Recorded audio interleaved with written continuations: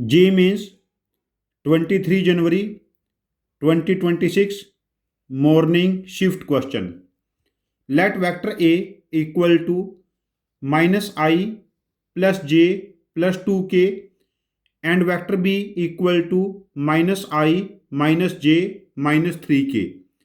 Vector C is vector A cross vector B and vector D is vector C cross vector A.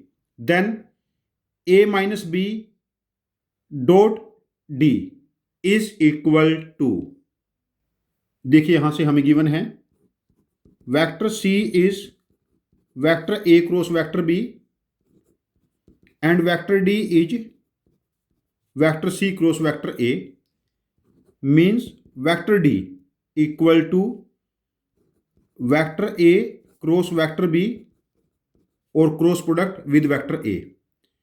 तो इसको हम negative sign के साथ ऐसा लिख लेते हैं A क्रॉस B। यहां पर हम लोग वेक्टर ट्रिपल प्रोडक्ट की प्रॉपर्टी यूज करते हैं। वो प्रॉपर्टी क्या है वेक्टर ट्रिपल प्रोडक्ट? जैसे A cross B cross C है, इसको लिखेंगे हम A डॉट C, पहले बाद वाले के साथ डॉट प्रोडक्ट साथ में vector B minus A dot B, अब पहले वाले के साथ dot product and vector C। तो ऐसे ही यहां पर जो वेक्टर D होगा, यहां पर वेक्टर D ये क्या बनेगा माइनस साइन के साथ A डॉट B के साथ vector A minus A dot A के साथ वेक्टर B, माइनस साइन बाहर है।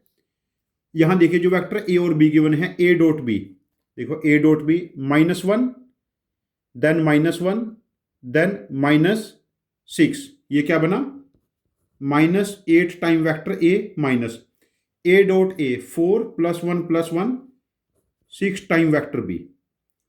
तो जो वेक्टर D बना 8 time vector A plus 6 time vector B। हमें कैलकुलेट क्या करना है A minus B dot D, हमें कैलकुलेट करना है A minus B dot D, means A minus B dot product of D 8A plus 6B।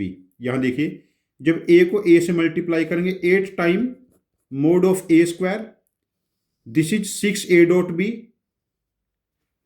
Minus 8A dot B minus 2 time A dot B, और B को B से multiply करेंगे -6 time B के mode का square. अब देखिए A minus B dot D हमारे पास बना 8 टाइम A के मोड का square minus 2 time A dot B -6 time B के मोड का स्क्वायर। देखो A का मोड हमारे पास क्या बनेगा 4, 2 का स्क्वायर 4 + 1 ये बना 6,